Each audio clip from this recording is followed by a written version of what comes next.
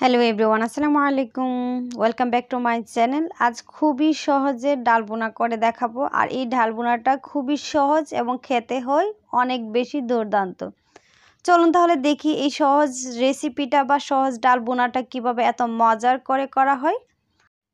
প্রথমে আমি এখানে নিয়ে নিয়েছি বাটি, আর বাটির মধ্যে দিয়ে দিয়েছি হাফ কাপ মসুর ডাল। মসুর ডালটাকে এখন আমি পানি দিয়ে ভালো করে ভিজিয়ে দেন ধুয়ে নিব।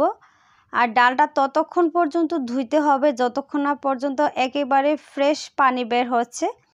এইভাবে আমি হাত দিয়ে কষলে কষলে ভালোভাবে ডালটাকে আমি 3-4 বার মতো করে ধুয়ে নিয়েছি। এই যে দেখেন একেবারে ফ্রেশ পানি বের হবে এখন আমি এখানে দিয়ে দিচ্ছি পানি। এখানে পানিটা দেওয়ার পর তারপর আমি ডালটাকে কিছুক্ষণ ভিজিয়ে রেখে দিয়ে সাইডে রেখে তারপর আমি চুলায় একটা প্যান বসিয়ে দিয়েছি। এখানে দিয়ে দিচ্ছি তেল। আমি এখানে 1/4 কাপ তেল দিয়ে দিয়েছি। তারপর এখানে দিয়ে দিচ্ছি একটা আস্ত দেশি রসুন, তারপরে একটা তেজপাতা দিয়ে দিয়েছি, আর দিয়ে দিচ্ছি 3টা শুকনো মরিচ বা লাল মরিচ। এটা দেওয়ার পর এগুলাকে আমি কিছুক্ষণ ভেজে নেব বা কয়েক সেকেন্ডের মতো ভেজে নিলেই হবে। আর ডাল বোনার ক্ষেত্রে এই মশলাগুলো অবশ্যই দিবেন, তাহলে দেখবেন এর একটা গ্রানও বের হয় সুন্দর, আর খেতেও অনেক বেশি ভালো লাগে। এটাকে কিছুক্ষণ ভেজে নিয়ে তারপরে এখানে আমি দিয়ে দিচ্ছি হাফ কাপের মতো পেঁয়াজ কুচি। পেঁয়াজ কুচিটা দেওয়ার পর এখন আমি পেঁয়াজটাকেও কিছুক্ষণ ভেজে নেব, নরম নরম করা পর্যন্ত বা লাল লাল করা পর্যন্ত।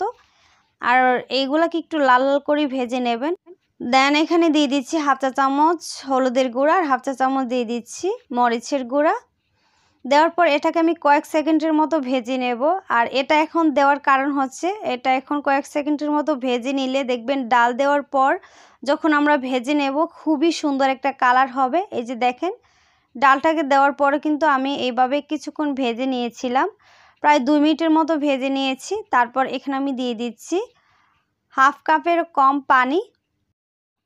পানিটা দেওয়ার পর আবার নেড়ে ছেড়ে ভালোভাবে মিশিয়ে নিয়েছি। আর এখানে পানিটা দিয়েছি আমরা ডালটাকে কিছুক্ষণ কষিয়ে নেব 2 মিনিটের মতো। তারপর এখানে আমি দিয়ে দিচ্ছি ধনিয়ার গুঁড়া, আর এখানে দিয়ে দিচ্ছি কয়েকটা কাঁচামরিচ। দেওয়ার পর আবারও নেড়ে ছেড়ে ভালোভাবে মিশিয়ে নিতে হবে। এটাকে ভালোভাবে নেড়ে ছেড়ে মিশিয়ে নিয়ে তারপর আমি এখন ঢাকনা দিয়ে ঢেকে এটাকে কষিয়ে নিব প্রায় 3 থেকে 4 মিনিটের মতো। 3 থেকে 4 মিনিট পর ঢাকনাটাকে উঠিয়ে তারপর নেড়ে দিব। এই যে দেখেন পানিটা কিন্তু একেবারে শুকিয়ে গিয়েছে, আর আমাদের ডাল বোনাও কিন্তু কষানো হয়ে গিয়েছে। তারপর এখানে আমরা দিয়ে দিচ্ছি পরিমাণ মতো পানি। আর আমরা যেহেতু এই ডালটাকে ভুনা করব, তাই বেশি একটা পানি দেওয়ার দরকার হয় না বা প্রয়োজন পড়বে না। তারপর এখানে আমি দিয়ে দিচ্ছি হাফ চা চামচ জিরার গুঁড়া, ভাজা জিরার গুঁড়া দিয়েছি। হাফ চা চামচ ভাজা জিরার গুঁড়া দিবেন এই পর্যায়ে এসে। তারপর আমি এখানে দিয়ে দিচ্ছি একটা টমেটো কুচি। আমি এখানে বড় একটা টমেটো কুচি করে নিয়েছি।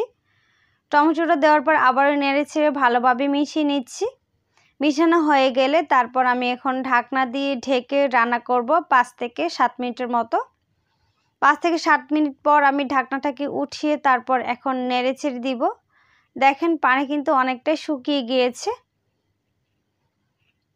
এভাবেই নেড়ে ছেড়ে আমি আরও রান্না করব 5 থেকে 6 মিনিটের মতো। এখন ঢাকনাটাকে দিয়ে দিচ্ছি, আরও 5 থেকে 6 মিনিটের মতো রান্না করব ঢাকনাটাকে দেওয়ার পর। দেখেন এখন ঢাকনাটাকে উঠিয়ে তারপর নেড়ে ছেড়ে দিচ্ছি। আর ডাল বোনার যদি বেশি একটা পানি থাকে তাহলে কিন্তু ডাল বোনা খেতে ভালো লাগে না। পানি এরকম থাকবে যেমন সমান সমান হয়, ওই রকমভাবে নেড়ে ছেড়ে ভালোভাবে মিশিয়ে তারপর এখানে আমি দিয়ে দিচ্ছি ধনিয়া পাতা কুচি, যেটা ছাড়া আমার হয় না, আর এটা না দিলে মনে হয় কোনো কিছুই ভালো লাগে না। এটা দেওয়ার পর আবারও নেড়ে ছেড়ে ভালোভাবে মিশিয়ে নিচ্ছি। আর ধনিয়া পাতাটা দেওয়ার পর 1 থেকে 2 মিনিটের মতো রান্না করব। ধনিয়া পাতা দেওয়ার পর বেশি রান্না করতে হয় না, 1 থেকে 2 মিনিটের মতো রান্না করলেই দেখবেন রান্নাটা হয়ে গিয়েছে। এখন ঢাকনা দিয়ে ঢেকে রান্না করব 1 থেকে 2 মিনিট। তারপর আমি চুলাটা অফ করে দিয়েছি। দেখেন আর রান্নাটা কত বেশি সুন্দর হয়েছে। আর এই রান্নাটা বা এই ডাল বোনাটা খেতে কিন্তু অসম্ভব মজার হয়। এরকম সহজ রেসিপিতে আপনারা চাইলে বাসায় একবার হলে ট্রাই করে দেখতে পারেন, কত বেশি ভালো লাগে। আমার কাছে তো খুবই ভালো লেগেছে। আশা করছি আপনাদের কাছেও অনেক বেশি ভালো লাগবে।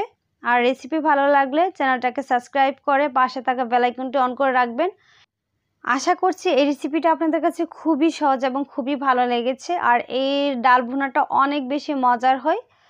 ভিডিও ভালো লাগলে লাইক কমেন্ট শেয়ার করতে ভুলবেন না। সবাই ভালো থাকবেন, সুস্থ থাকবেন আর আমার সাথেই থাকবেন। আল্লাহ হাফেজ।